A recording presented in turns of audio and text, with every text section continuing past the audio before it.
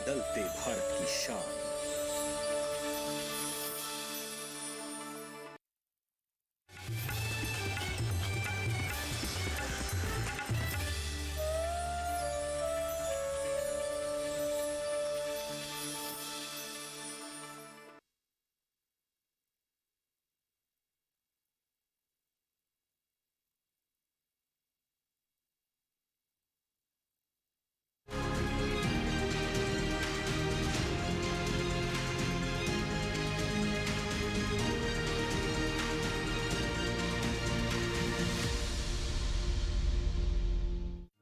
पीढ़ी दर पीढ़ी हमारे किसान अलग अलग स्पीसीज की अलग अलग वैरायटी इनको सहेज कर रखते गए और उसको विकास करते रहे। किसान की विरासत, धरती के वनस्पति संसाधन, एक अधिकार जिसका दुनिया भर के देश करते हैं सम्मान।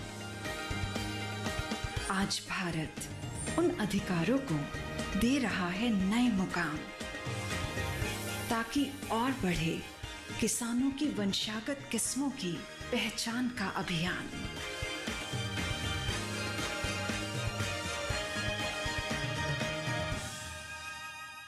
नमस्कार, आप देख रहे हैं दूरदर्शन किसान। कार्यक्रम कृषि दर्शन में आप सभी का स्वागत है। मैं हूं आपके साथ मोनालिसा। किसानों को समर्पित कार्यक्रम कृषि दर्शन में हम विज्ञान और किसान, कृषि स्टार्टअप और फार्मिंग इंडिया जैसे अलग अलग सेगमेंट्स के माध्यम से कृषि जगत में हो रही महत्वपूर्ण गतिविधियों, आधुनिक तकनीकों के बारे में जानकारियां लेकर आते हैं। साथ ही आपको मिलवाते हैं एक सफल किसान से। तो इसी सिलसिले को जारी रखते हुए आइए शुरू करते हैं आज का ये कार्यक्रम।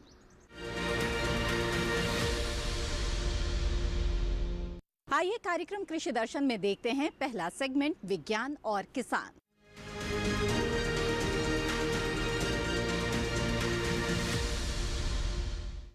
भारत की अगुवाई में इस साल हम अंतर्राष्ट्रीय मिलेट वर्ष मना रहे हैं और इस कड़ी में सरकार द्वारा कई स्तर पर कोशिशें की जा रही हैं, अभियान चलाए जा रहे हैं, कार्यक्रम चलाए जा रहे हैं ताकि जन जन को जागरूक किया जा सके श्री अन्न यानी कि मोटे अनाज या फिर कदन्न के बारे में। इस विषय पर ज्यादा जानकारी के लिए हमारी सहयोगी राधिका चौधरी ने बात की केंद्रीय मंत्री श्री अर्जुन राम मेघवाल से। आइए देखते हैं उन्होंने क्या कुछ कहा। नमस्कार, बहुत स्वागत। दूरदर्शन देख रहे हैं और मैं हूं आपके साथ राधिका चौधरी। देखिए, पोषक अनाज, वो मोटा अनाज जिसकी बात पूरा हिंदुस्तान कर रहा है। आपसे मैं पूछना चाहूंगी, सबसे पहले इसको केक काट के जब शुरुआत की गई तो क्या दिमाग में आया कि आज कौन लोग हैं जो सबसे ज्यादा लाभान्वित होंगे? देखिए, कृषि मंत्रालय ने 20 दिसंबर 2022 को संसद भवन में एक खाना रखा मोटे अनाज में, और उसमें प्रधानमंत्री जी भी थे, उपराष्ट्रपति जी भी थे, स्पीकर लोकसभा भी थे और सभी दलों के एमपी थे, नेतागण थे, मंत्री थे। उसमें आप बाजरे का केक काट करके ये संदेश दिया गया कि 2023 में हमें मोटे अनाज का प्रचार प्रसार भी करना है, मोटा अनाज खाना भी है, क्योंकि मोटा अनाज सेहत के लिए अच्छा है और उसमें क्या क्या वैल्यू है टेक्निकली दृष्टि से भी समझाया गया।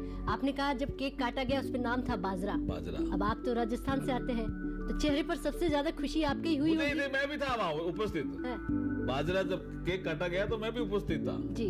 तो राजस्थान के लोगों के लिए क्या कहेंगे कि जो बाजरा लगाते हैं? आपने कहा सिंचाई के साधन, क्योंकि राजस्थान का जो एनवायरनमेंट है वो बड़ा अपने आप में है, जहाँ कम पानी और कम संसाधनों में बाजरा आसानी से हो जाता है। तो क्या उनकी हम समझ जाए कि आमदनी जहाँ हम दोगुनी की बात कर रहे हैं, उनकी आय बढ़ाने की बात कर रहे हैं, तो सीधा मोटे अनाज से वो जुड़ पाएंगे? देखिए राधिका, मैंने ये देखा है कि बाजरा हम रेगिस्तान में तो उगाते हैं जी, लेकिन मैं तो राजस्थान के दूसरे हिस्सों में भी गया जहाँ सिंचाई के साधन हैं, वहाँ भी बाजरा लोग उगाते हैं। अच्छा। मैं देश के अन्य कोनों में भी गया हूँ, वहाँ भी लोग बाजरा उगाते हैं। इसका मतलब बाजरा एक सर्वमान्य फसल है। मक्की, वो भी एक सर्वमान्य फसल है। आप आदिवासी इलाका में जाओ, मक्की उगाई जाती है। तो ये इन फसलों को जो छोटे किसान उगाते हैं या गरीब समाज उगाता है या weaker section of the society उगाता है, उनको बहुत फायदा होने वाला 2023 में, क्योंकि इसका प्रचार प्रसार इंटरनेशनल प्लेटफॉर्म पे होगा। अच्छा, G20 में भी इंट्रोड्यूस कराया जा रहा है मिलेट्स को, तो क्या हम विदेशों तक पहुंचाने में, जैसे हमने योगा पूरे विश्व भर में पहुंचा दी,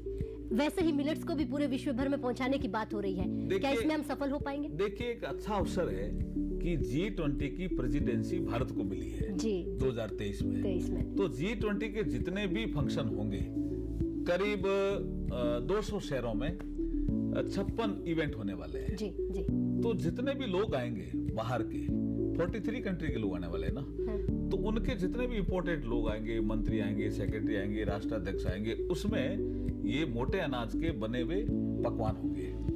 तो मोटा अनाज प्रसारित होगा पूरे संसार में। बहुत बहुत धन्यवाद आपका, क्योंकि आप राजस्थान से आते हैं और बेहतर बता पाएंगे उन किसानों के बारे में, बेहतर सोच पाएंगे उन किसानों के बारे में। और बहुत आपने अच्छे से कहा कि मिलेट्स को देखिए सबसे ज्यादा मोदी जी ने अपनी थाली में अपनाया है, हम सबको खिलाया है और कहा कि ज्यादा से ज्यादा इसका प्रचार किया जाना चाहिए। तो बहुत बहुत धन्यवाद प्रधानमंत्री जी का, बहुत बहुत धन्यवाद आपका भी कि मिलेट्स ईयर 2023 में हमें अपनी थाली में इस खाने को अपनाना है और ज्यादा से ज्यादा प्रचार करना है, उन किसान भाइयों का हौसला बढ़ाना है जो मोटा अनाज लगाते हैं। अब वो दिन, अब वो वर्ष उन किसान भाइयों के लिए जो कहते थे कि मोटा अनाज तो गरीबों का भोजन है, अब अमीरों की थाली में पहुंचाने का काम भी भारत ने शुरू कर दिया है। धन्यवाद। इसी के साथ कार्यक्रम कृषि दर्शन में वक्त हो गया है एक छोटे से ब्रेक का। ब्रेक के बाद हम आपको मिलवाएंगे एक सफल किसान से अगले सेगमेंट कृषि स्टार्टअप में। आप बने रहें दूरदर्शन किसान पर।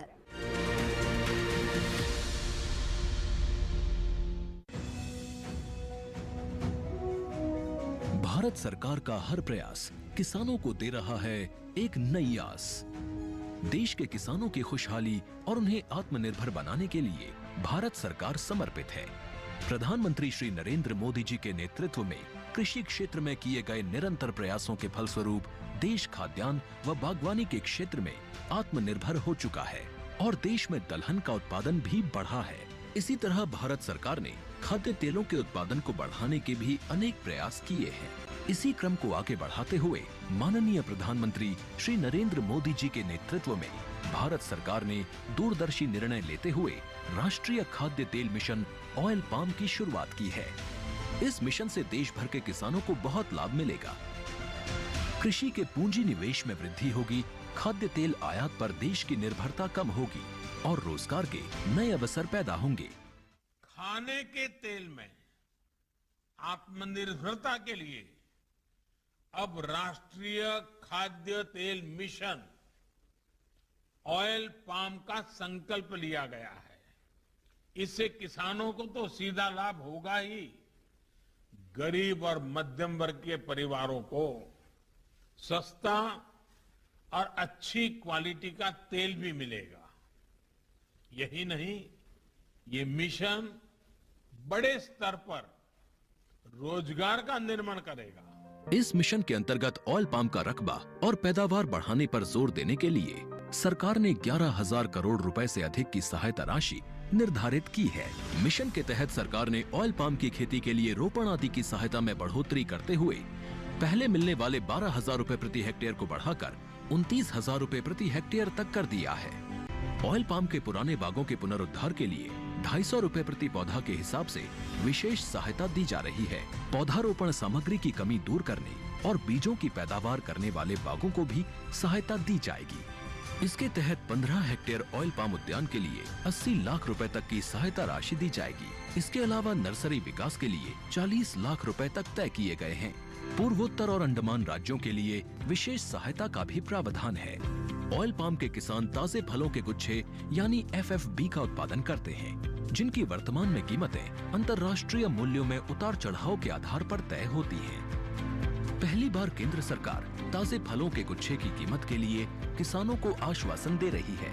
ये व्यवहार्यता मूल्य यानी VP कहलाएगा, यानी किसानों को कोई घाटा नहीं होने दिया जाएगा। व्यवहार्यता मूल्य VP तय करने की शुरुआत 1 नवंबर से होगी और अगले वर्ष 31 अक्टूबर तक जारी रहेगी। इसे ऑयल पाम वर्ष कहा जाएगा। इस योजना के तहत वर्ष 2025-26 तक ऑयल पाम का रकबा 6.5 लाख हेक्टेयर सृजित करने और कच्चे ऑयल पाम की पैदावार वर्ष 2025-26 तक 11.20 लाख टन पहुंचाने का लक्ष्य निर्धारित किया गया है। सरकार के इस महत्वपूर्ण निर्णय से देश में ऑयल पाम की खेती करने वाले किसानों में विश्वास पैदा होगा और वे खेती का रकबा बढ़ाएंगे। इस तरह पाम ऑयल का उत्पादन भी बढ़ेगा, जिससे किसानों की आय बढ़ेगी और ग्रामीण अर्थव्यवस्था भी सुदृढ़ होगी।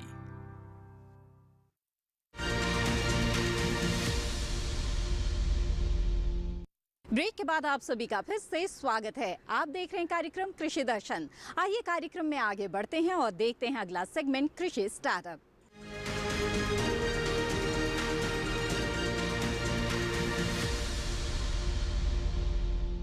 हमारे देश में किसानों के अथक प्रयास के बाद बहुत से धान की उन्नत किस्में इजाद की गई हैं, जिनमें मूल किस्मों के कुछ खास गुण लिए जाते हैं और परिस्थितियों की मांग के अनुसार कुछ बदलाव करके नई किस्में इजाद की जाती हैं। इससे किसानों का काफ़ी लाभ तो होता है, लेकिन इसकी वजह से हमारी कई मूल किस्में अब खोती जा रही हैं। लेकिन हमारे देश में बहुत से ऐसे प्रगतिशील किसान भी हैं जो मूल किस्मों की उपयोगिता को समझते हैं और उनके संरक्षण में जुटे हुए हैं। जी हाँ, आज हम आपको मिलवाने जा रहे हैं केरल के सी रमन से।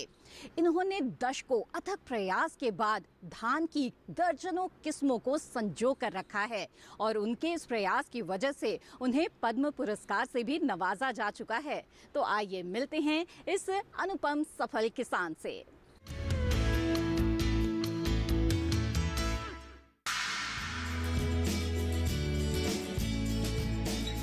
हमारे खाद्यान्न में धान महत्वपूर्ण स्थान रखता है।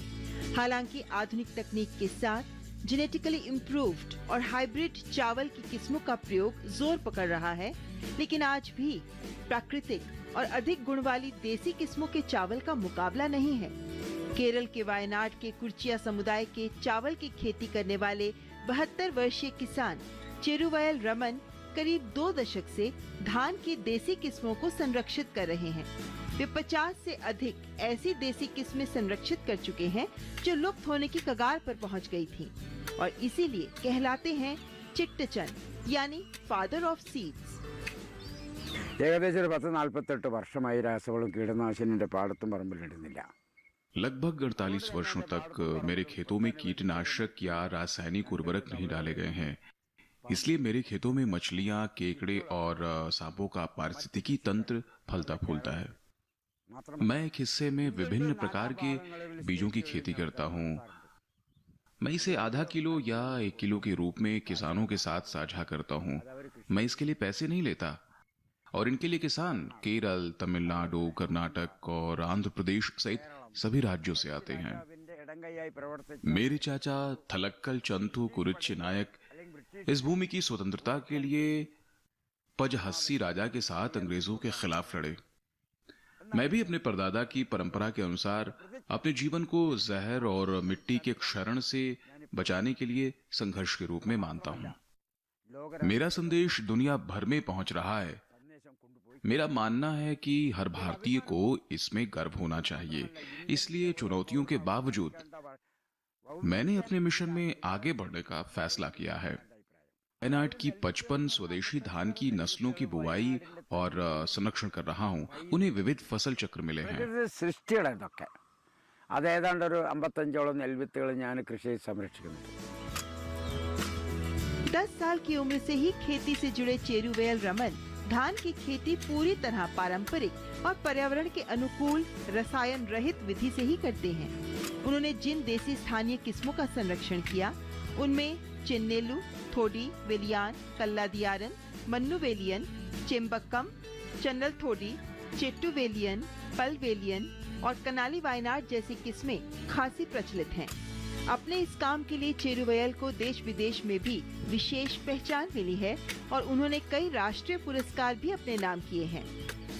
केरला के एक किसान चेरुवयल जी को जो पद्मश्री के लिए चयनित हुए हैं, वे चावल की पुरानी किस्मों की खेती कर रहे हैं और साथ में प्राकृतिक रूप से इस खेती को कर रहे हैं।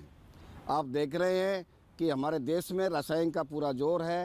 जो खेती हो रही है उसमें रासायनिक का प्रयोग ज़्यादा हो रहा है, साथ में कीटनाशक दवाइयों का प्रयोग भी हो रहा है, जिससे हमारे खाद्यान्न में रसायन का अंश आ रहा है, जिससे लोग भी बीमार हो रहे हैं क्योंकि जो उत्पादन है वो स्वास्थ्यवर्धक नहीं है।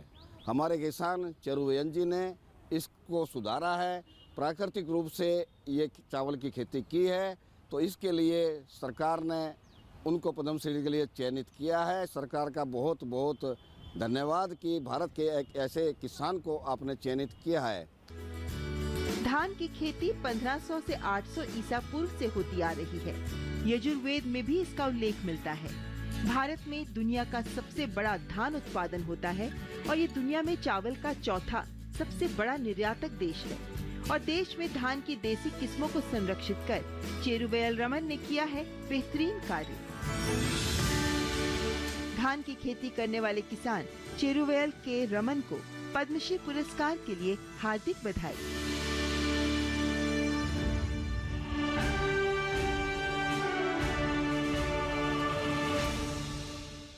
इसी के साथ कार्यक्रम कृषि दर्शन में वक्त एक और छोटे से ब्रेक का। ब्रेक के बाद देखेंगे सेगमेंट फार्मिंग इंडिया। आप बने रहें दूरदर्शन किसान पर।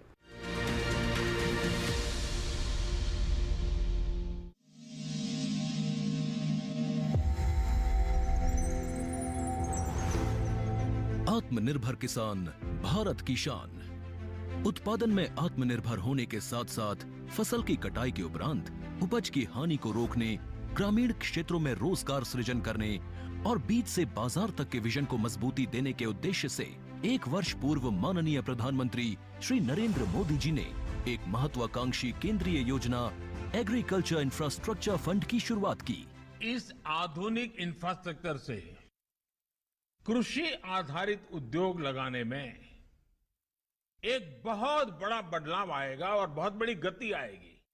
साथियों, अब हम उस स्थिति की तरफ बढ़ रहे हैं जहां गांव के कृषि उद्योगों से फूड आधारित उत्पाद शहर जाएंगे और यही तो आत्मनिर्भर भारत अभियान का संकल्प है। एग्रीकल्चर इंफ्रास्ट्रक्चर फंड से पात्र लाभार्थी गोदामों का निर्माण कर सकते हैं, छटाई या ग्रेडिंग इकाई, पैकिंग हाउस, सप्लाई चेन और कोल्ड चेन जैसी सुविधाएं या फिर प्राथमिक कृषि प्रसंस्करण केंद्र की स्थापना कर सकते हैं। इस योजना के तहत पात्र लाभार्थियों को 2 करोड़ रुपए तक के ऋण पर अधिकतम 7 वर्ष के लिए ब्याज में 3% तक की छूट दी जा रही है। ऋण पुनर्भुगतान के लिए 6 महीने से 2 वर्ष तक मोरेटोरियम की सुविधा भी उपलब्ध है। इस योजना ने अब तक सफलता की कई मिसालें कायम की हैं, जैसे कि मध्य प्रदेश के लाभार्थी श्री विपिन त्रिपाठी ने एग्रीकल्चर वेस्ट से बायोफ्यूल बनाने का इनोवेटिव प्राइमरी प्रोसेसिंग सेंटर लगाया है।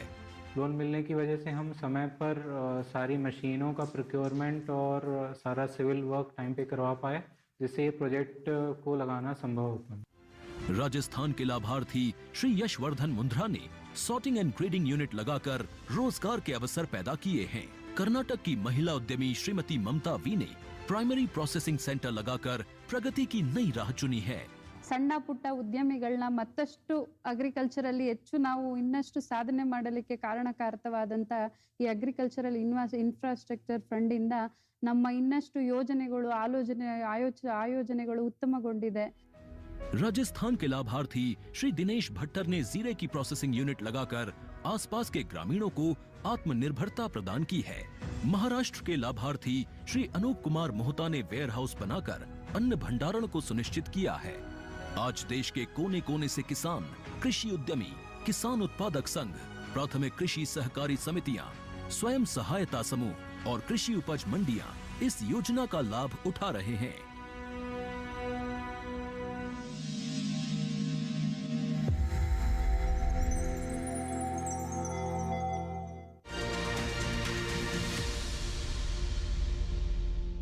ब्रेक के बाद आप सभी का फिर से स्वागत है। आप देख रहे हैं कार्यक्रम कृषि दर्शन।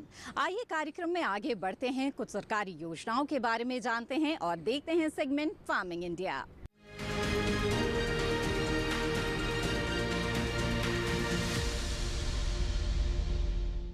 हमारे देश में आधे से ज्यादा किसान खेती के लिए वर्षा जल पर निर्भर है, क्योंकि सिंचाई की समुचित व्यवस्थाओं का अभाव से कई किसानों को जूझना पड़ जाता है। किसानों की इस चुनौती को समझते हुए प्रधानमंत्री कृषि सिंचाई योजना चलाई जा रही है। ये योजना किस तरह से किसानों के लिए लाभकारी साबित हो रही है, आइए देखते हैं इस रिपोर्ट में।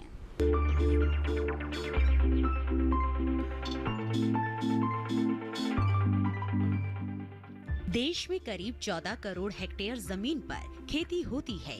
2015 में जब प्रधानमंत्री कृषि सिंचाई योजना शुरू हुई तब 6.5 करोड़ हेक्टेयर जमीन पर ही सिंचाई की सुविधाएं उपलब्ध थी। इसका मतलब ये हुआ कि आधे से भी ज्यादा जमीन बारिश के पानी पर निर्भर थी। जाहिर है वर्षा आधारित इलाकों में पैदावार कम होती है और किसानों को खेती से उतना लाभ नहीं मिल पाता जितना मिलना चाहिए। प्रधानमंत्री कृषि सिंचाई योजना का असल मकसद हर खेत तक पानी पहुंचाना है। यह अम्ब्रेला स्कीम है और इसमें मुख्य रूप से 2 घटकों को शामिल किया गया है। त्वरित सिंचाई लाभ कार्यक्रम यानी AIBB और हर खेत को पानी के भी 4 उप घटक हैं, जैसे command area development, surface miner irrigation, जल निकायों की मरम्मत, नवीनीकरण और बहाली तथा चौथा भूजल विकास। इसके अलावा सिंचाई योजना में दूसरे मंत्रालयों के भी 2 घटकों को शामिल किया गया है। पहला घटक प्रति बूंद अधिक उपज है, जो केंद्र कृषि मंत्रालय के कृषि, सहकारिता और किसान कल्याण विभाग की ओर से कार्यान्वित किया जा रहा है। दूसरे घटक का नाम वाटरशेड विकास है। इसका कार्यान्वयन ग्रामीण विकास मंत्रालय का भूमि संसाधन विभाग कर रहा है। सिंचाई योजना का उद्देश्य खेत तक पानी की पहुंच को बढ़ाना और सुनिश्चित सिंचाई के तहत खेती योग्य क्षेत्र का विस्तार करना था। इसके अलावा खेत में पानी के उपयोग की दक्षता में सुधार करना और स्थायी जल संरक्षण प्रथाओं को पेश करना भी इसमें शामिल था। पानी की बचत इस योजना का बहुत महत्वपूर्ण पहलू है। 2020-21 के दौरान इस योजना के तहत 9,38,000 हेक्टेयर फसलों को सूक्ष्म सिंचाई के तहत लाया गया। इसमें टपक और फव्वारा दोनों तरह की सूक्ष्म विधियां शामिल है। 2021-22 के लिए हर खेत को पानी के अंतर्गत 899 करोड़ रुपए के बजट का प्रावधान किया गया। प्रति बूंद अधिक उपज के लिए 4,000 करोड़ रुपए को और वाटरशेड डेवलपमेंट के मद में 2,000 करोड़ रुपए का प्रावधान किया गया है।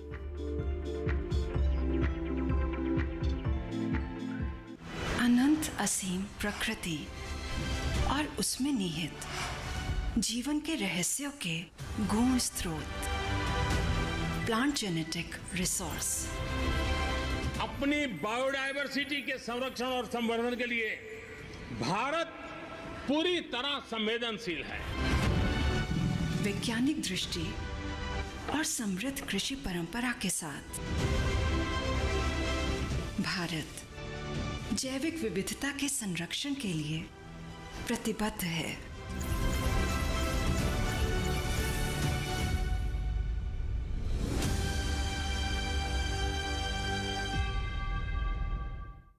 कार्यक्रम कृषि दर्शन में आज जो जानकारियां हम आपके लिए लेकर आए हैं, हमें उम्मीद है कि इससे आपको लाभ जरूर होगा।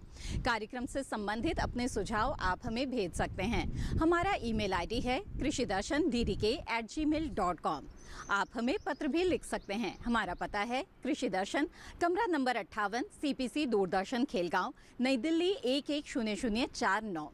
जानकारियों से भरपूर कृषि दर्शन कार्यक्रम को आप दूरदर्शन किसान के YouTube चैनल पर भी देख सकते हैं। इसके लिए टीवी स्क्रीन पर दिखाए जा रहे QR कोड को स्कैन करें।